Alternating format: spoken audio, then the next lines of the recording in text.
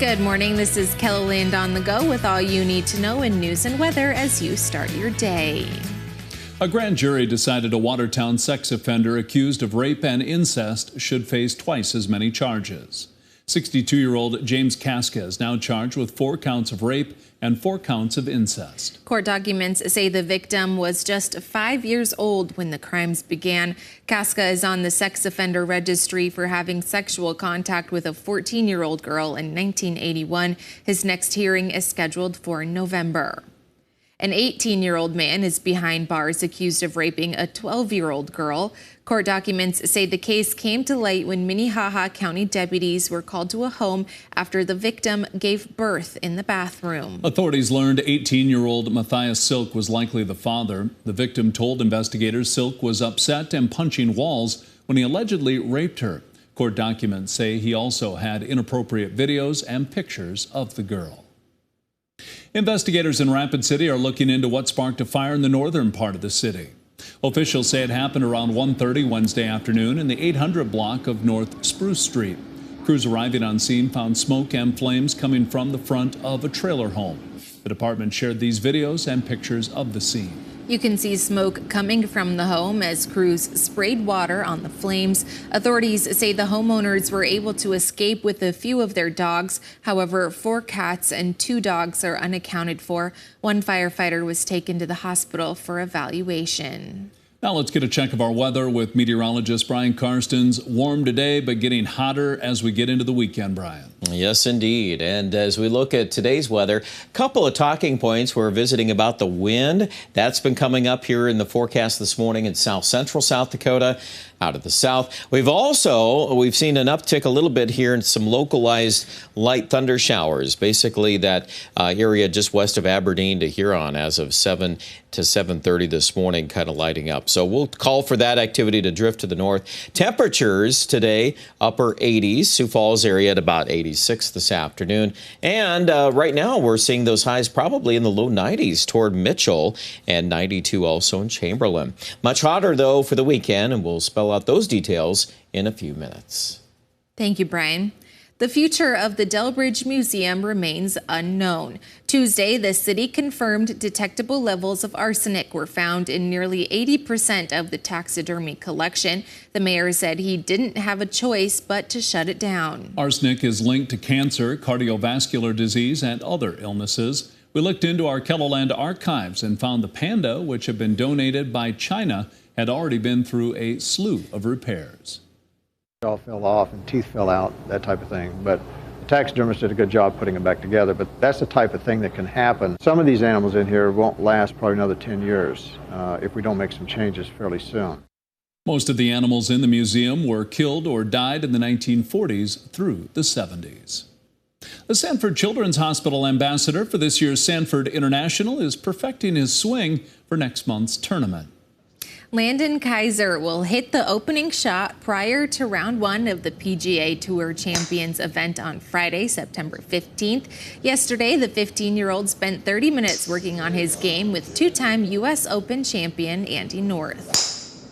Very close grip, make sure your hands don't fall apart because that could alter your swing a lot. We tweaked a couple of little teeny things, nothing major, just a little bit of different grip a little bit, and he had some beautiful shots. I mean, he had the last 6 or 7 3-woods, he had all were 200 yards, which is pretty darn good. Landon has spent the past 2 years recovering from a UTV crash. There were questions if he would ever walk again, but the kid from Northeast Nebraska has defied the odds and is back playing sports, including golf. You can help pet owners in need this holiday weekend. KELOLAND kicks off its pet food drive tomorrow from 7 to 2 right outside our station in Sioux Falls. The food drive continues through Labor Day at all Sioux Falls Lewis stores except the downtown location. The food will benefit the Sioux Falls Area Humane Society's Pet Food Bank, which helps pet owners in need. It's extremely popular. We have food donated year-round, but supplies go down this time of year. In the summer, we have a lot more people asking for food, and we want to make sure animals are well fed. Any brand of dog or cat food will be accepted. You can also donate pet supplies and money to help the Humane Society. That's a look at some of our top stories. Now let's get one last look at your weather with meteorologist Brian Karstens. Brian? All right, weather today. Well, we're warming up. We've got those hour-by-hour numbers along with that little belt of moisture that we just talked about, those thunder showers. You can see that in Spink County and then extending up toward the Sisseton area through mid-morning. Most of this, though, is pretty limited as far as moisture goes. We've got middle and upper 80s this afternoon in Sioux Falls and maybe a few 90s out in the Mitchell-Chamberlain area. Tonight, still a southerly wind. Now, the numbers on the wind today, definitely a stronger point there for Aberdeen at 20 to 40. And I would argue for Sioux Falls, it'll be at least 20 to 35. We'll get some more wind going tomorrow, but also hotter weather. Winter probably close to 100 for a high. Chamberlain, not far from that, and that's just the start. These weekend numbers, Saturday afternoon, I think a fairly large area of 95 to 100. That stretches from southwest Minnesota all the way to Rapid City. Will it improve on Sunday? Well, short answer is not really. Humidity-wise, I do still expect this to be a drier heat across our southern counties of South Dakota into northern Nebraska. The folks up in the northeast, you're probably looking at more humidity because of the wind and how this kind of pulls a little more moisture that direction.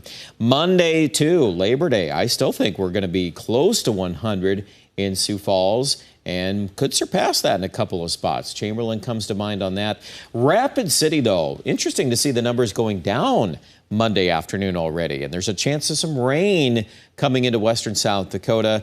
And obviously with this hot, dry forecast, we could sure use some of that. 92 today, winter, 89 the high in Phillip. And we'll regroup here with your 7-day forecast trends. Sioux Falls, well, chance of rain. That's chance, certainly not a big one, but at least it's there on Tuesday. We'll continue to monitor how the humidity will interact with that front. By the way, it will cool off next week. Beyond Tuesday, we're going to trim these numbers back down in the 70s in northeast South Dakota by day 7. So at least we get a break from the 90s. I will say, though, there's already pretty good evidence we'll warm back up after day 7. So enjoy the cooler numbers when we can get them. Pierre at 99 on Saturday, 101 Sunday. Now, the rain chance in Pierre, and especially if you work your way back to the Black Hills, that's a better chance of rain on Labor Day into Tuesday, and that's the way it's been a lot of the summer.